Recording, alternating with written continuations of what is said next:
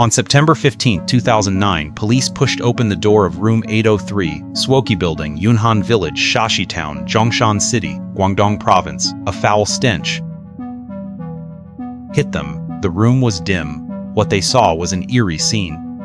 A disheveled, gaunt girl wrapped in a blood-stained quilt sat on the bed, half-dressed. A knife lay beside the bed. The girl stared blankly at the officers. She made no move, no expression. When questioned, she said nothing. Looking around the small rented room, the most striking sight was dozens of bulging black plastic bags on the floor along with scattered bloodstains. The bathroom was worse. Besides the dark red matter stuck to the floor and walls, a plastic basin held a suspicious liquid and several notched knives. By now, you've probably guessed what happened. Hey everyone, this is Brian Crime TV. I'm Brian. A seemingly well-behaved post-90s girl turned on her parents with a knife, dismembering them into 42 pieces. She lived with the remains for 4 days. After confessing, she recanted in court, claiming, "They didn't want to live, I just helped them." So, what really happened back then? Let's go back to 2009 and piece together the story.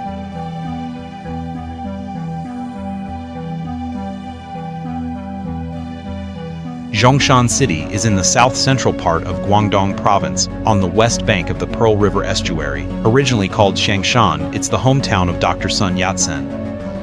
Thanks to its coastal location and booming manufacturing export trade, is a key pillar of the local economy. Zhongshan is also known as the hometown of Qi, the hometown of overseas Chinese, and the hometown of Chinese townships. Today's story takes place west of downtown Zhongshan, in Shashi Town, known as China's casual wear production base. On September 15, 2009, the Shashi Town police station received a report from a man named Old Zhuang. He said, "The apartment building I manage might have a murder." At the time, many in Guangdong ran such businesses. They'd rent a building, divide it into single rooms, like a dormitory. A hallway ran through each floor with stairs at both ends. Rooms were packed tightly on both sides. Most tenants were workers from nearby electronics and garment factories.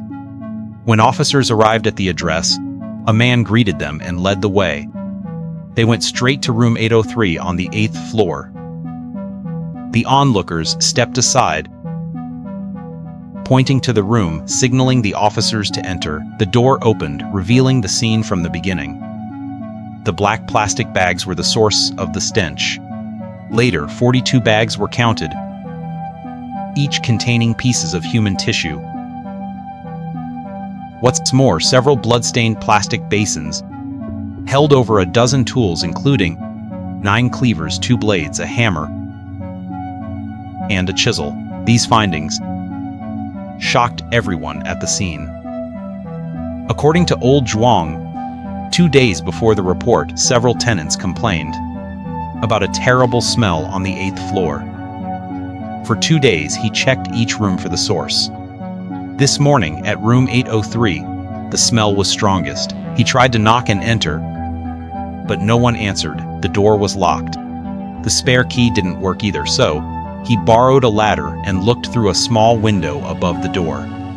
What he saw sent chills down his spine. The room was a mess. Old Zhuang knew the tenants well. They were a family of 3 from Hebei City, Henan Province. They'd rented the place 2 years ago. The father, Qi Yunqi, used to drive a truck. He had a car accident but was unharmed.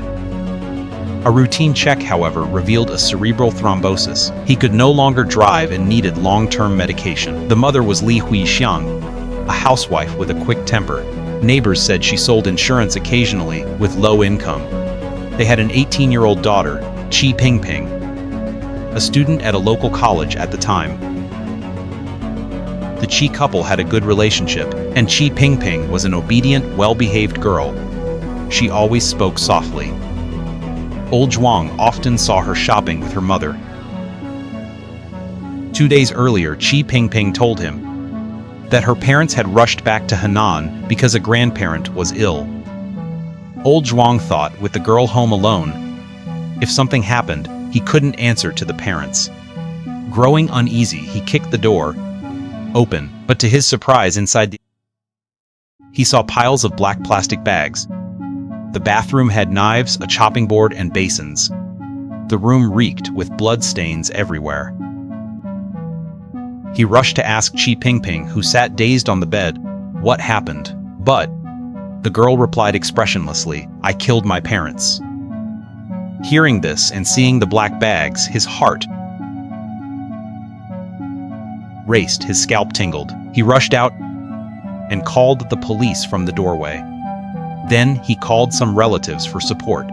After the police finished collecting evidence, they took Pingping, who claimed responsibility, to the station for questioning. Was it true, as she said, that she had killed her own parents?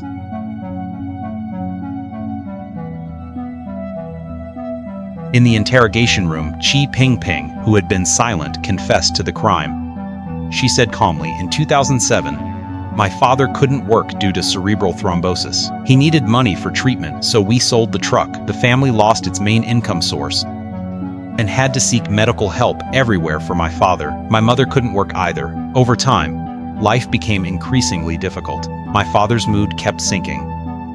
He often complained he was useless. He'd go out drinking to drown his sorrows, always coming home drunk. My mother, though sharp-tongued, was soft-hearted. Seeing him not care for his health, she'd nag him constantly. So, they fought often. Gradually, home stopped feeling like home. In 2008, my father's condition worsened, draining what little savings we had. After recovering, he started thinking about suicide. My mother had suffered from depression and saw my father as her only support. If he didn't want to live, she wouldn't either. Every time they fought, my father would say, "I'm useless. What's the point of living? Better to die and be reborn." My mother would snap back, "All this fuss, I can't take it anymore. Let's just take poison and end it all." On the night of September 11, 2009, around 10:30 p.m., my father didn't want to sleep, saying he wanted to watch TV. My mother got angry and they started arguing over such trivial things. In the heat of the argument, my mother threatened divorce. I quickly tried to mediate. My father fell silent after being scolded, but my mother kept yelling at him, and even included me. She blamed me, saying, "You're an adult now, always on the computer at home, never going out to work." Then she said what she said almost every day. "This life is unbearable. Let's just all die together." At that moment, my mind went blank and a dark thought arose.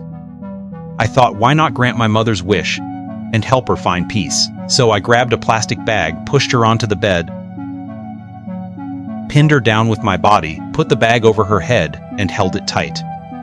She was small, so even though she struggled, she couldn't escape. After half an hour, she stopped moving. During this time, my father tried to pull me away, but he was weak from illness and couldn't stop me. After my mother died, my father kept urging me to turn myself in. I thought since my mother was gone, we might as well all go together, so I used the same method on my father. After it was done, looking at my motionless parents, I was terrified. My mind was blank. When I came to, I searched online for ways to dispose of bodies. I settled on dismemberment. About 2 hours after the crime, I dragged my parents' bodies to the bathroom, found a cleaver and a hammer. But the process wasn't easy. I worked all night, and the cleaver got dull, but I'd only managed a small part. Over the next 2 days, I went to the supermarket 3 times to buy knives. Finally, on the morning of the 3rd day, I finished. During one of those trips, I ran into old Zhuang and we chatted. I told him that my parents' grandmother in Henan was sick, so they'd rushed back. The weather was hot after the crime, and the dismembered remains gave off a strong smell. Tenants on the 8th floor had already complained to the landlord about the odor. At the time, others thought it was a dead rat. To mask the smell, I tried boiling the remains, following online tutorials, but it didn't work well, so I gave up after a small portion. The next day, I bought plastic bags from the supermarket, packed the remains into bags, and tied them tight. By the time I was done, it was late. I planned to sleep well and deal with the bags the next day. But the next day, the landlord kicked my door open. You know the rest. In the 4 days after killing her parents, Pingping, besides dismembering the bodies, spent her time online gaming. She'd sleep when tired, then continue. In 4 days, she only bought a little food for herself. Few days after the case broke, preliminary autopsy results came out. The 42 bags of tissue contained 1 male and 1 female. Based on the autopsy and scene, the cause of death was likely mechanical asphyxiation. On the large amount of evidence found at the scene, there were fingerprints of the suspect, Pingping, on the knives and plastic bags. The browsing history on Pingping's computer also confirmed her account. As for her motive, according to her, when a person is desperate, death is a release. She felt she was helping her parents escape their suffering. After her parents died, she also thought about ending her own life. She had cut her wrists. Later, police recovered photos from her camera and found many self-harm images. When the dust settled, a calmer Pingping couldn't understand why she had killed her own flesh and blood. On social media, she had once posted, "The people I love most are my mom and dad." Pingping herself said she had no major conflicts or hatred towards her parents. When police interviewed her acquaintances, they all gave balanced assessments. They said she was introverted, kind, and well-behaved, polite in her interactions. She had never expressed hatred towards her parents. She didn't seem like someone capable of such a heinous act. Later, the police arranged a psychiatric evaluation. The results showed Pingping had no mental illness at the time of the crime. She had full capacity for civil conduct in this case. Since the suspect confessed after arrest, the case progressed quickly. Barring any surprises, it would soon be closed. But of course, there was a surprise. 8 months after the crime, Pingping, who had confessed, suddenly recanted.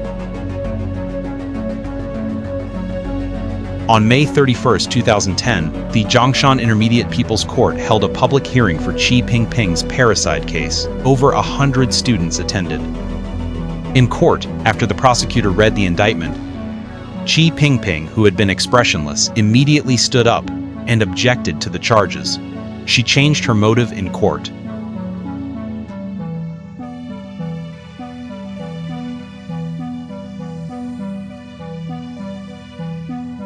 What was different? She said,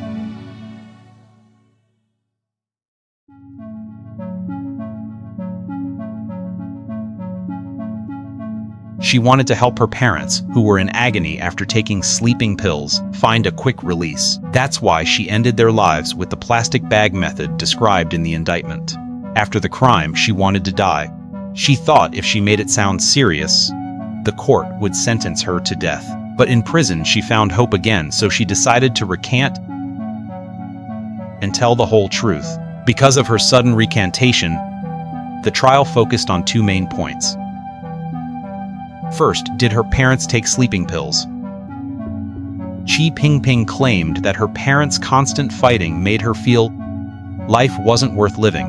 She had often thought about killing her parents, and then herself. But it was just a thought. Her parents, however, went beyond thinking. Over a month before the crime, they asked her to buy sleeping pills. She used 3 fake names and bought them from 3 hospitals in multiple trips. She didn't know they planned suicide. On the night of the crime, she saw her parents in great pain after taking the pills and decided to help them. Pingping's lawyer said she dealt with her mother first. For 30 minutes, her father, even if too weak to resist, could have called for help. But he didn't.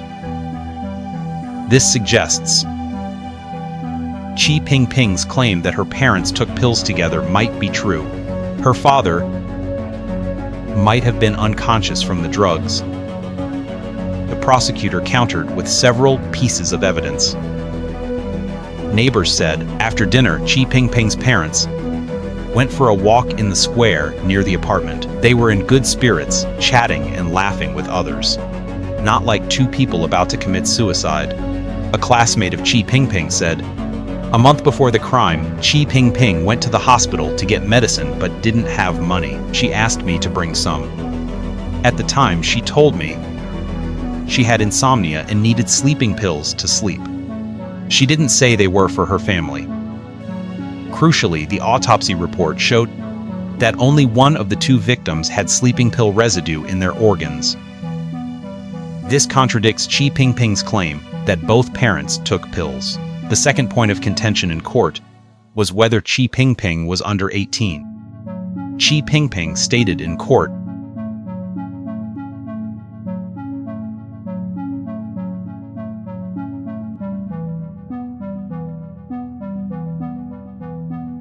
Pingping's registered birth date is February 15, 1991. By that date, she was 18 at the time of the crime.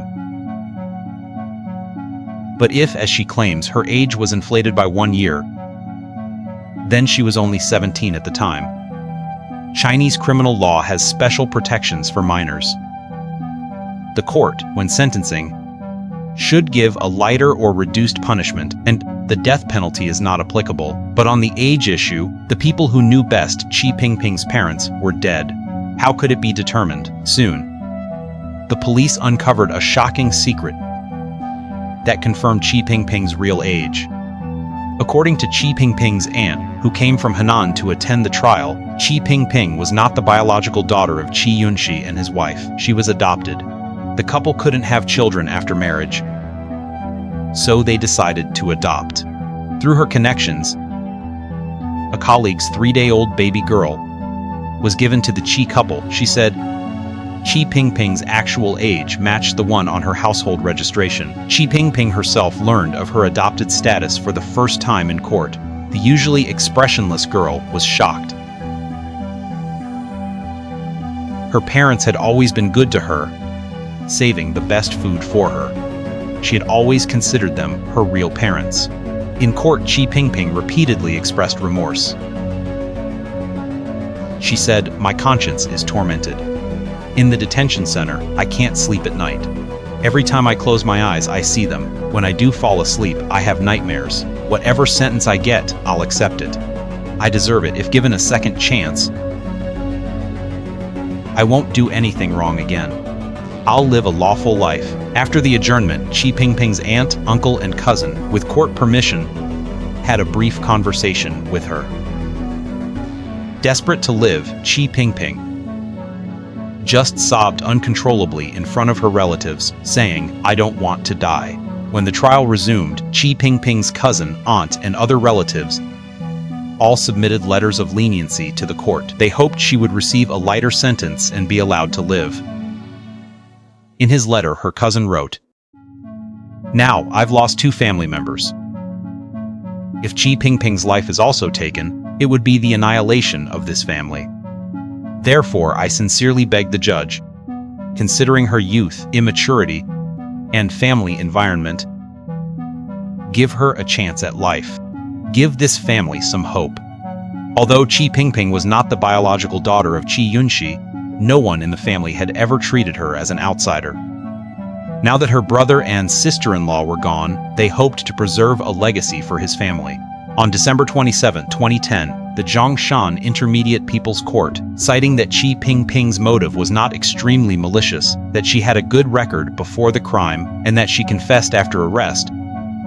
Though she made some self-serving arguments in court, her overall attitude was cooperative, and the victims' relatives had submitted letters of forgiveness, decided to give a lighter sentence. Pingping was sentenced to death with a 2-year reprieve and deprivation of political rights for life. When the judge asked if she had any objections to the verdict, she answered loudly, "No objections." After the sentencing, Pingping asked the bailiff for paper and pen and wrote this in court. "I want to thank society for its forgiveness, thank the judge for their leniency, thank you all for giving me a chance. I will cherish this opportunity, work hard to reform and become a new person. Thank you." Qi Pingping's intentional homicide case was later reviewed by the Guangdong Provincial High People's Court. This sensational case of an 18-year-old girl killing her parents was finally settled. Many people didn't understand the court's verdict, especially given Qi Pingping's brutal act of killing and dismembering her parents. Why was her motive deemed not extremely malicious? The presiding judge later explained to the public. Qi Pingping killing her parents and dismembering them was the means and result. Her actions were undoubtedly cruel. But that's different from motive. From a motivational standpoint, Qi Pingping killed her parents because she saw her father's illness never improving and her mother constantly fighting about it, plunging the family into endless suffering. Moreover, her mother had repeatedly said in front of her, "This life is unbearable, let's just die together." Such words led Qi Pingping, after she became an adult, to misinterpret her parents' behavior. She believed killing them was helping them escape their pain. Of course, this thinking was wrong, a sign of immaturity in a young person. Qi Pingping also had thoughts of dying with her family. She cut her wrists after the crime. Given that the case was indeed related to the family's difficulties, and the victims' relatives pleaded for leniency, the court ultimately accepted the defense's argument that Qi Pingping's motive was not extremely malicious. A suspended death sentence is still a death sentence, but based on these considerations, and in accordance with the law's provisions for discretionary leniency, Qi Pingping was given a chance. Later, a journalist interviewed Qi Pingping. "What image do you have of them in your mind?" "Dad was very, very kind. Very hardworking. Very honest. He was actually easy to fool." Did you ever fool him?" "I rarely fooled them." "Tell me about your mom. What was she like?" She was also very kind and soft-hearted. Sometimes she was fierce, but she usually had a sharp tongue, but a soft heart. Her outward actions and inner thoughts weren't always consistent. She could be strict with me, but deep down, she truly wanted what was best for me. Why do you think they did it? Why did they spare you? Why did they let Qi Pingping live? I understand. It means giving me another chance to be a better person and, in the future, do things that are beneficial to the country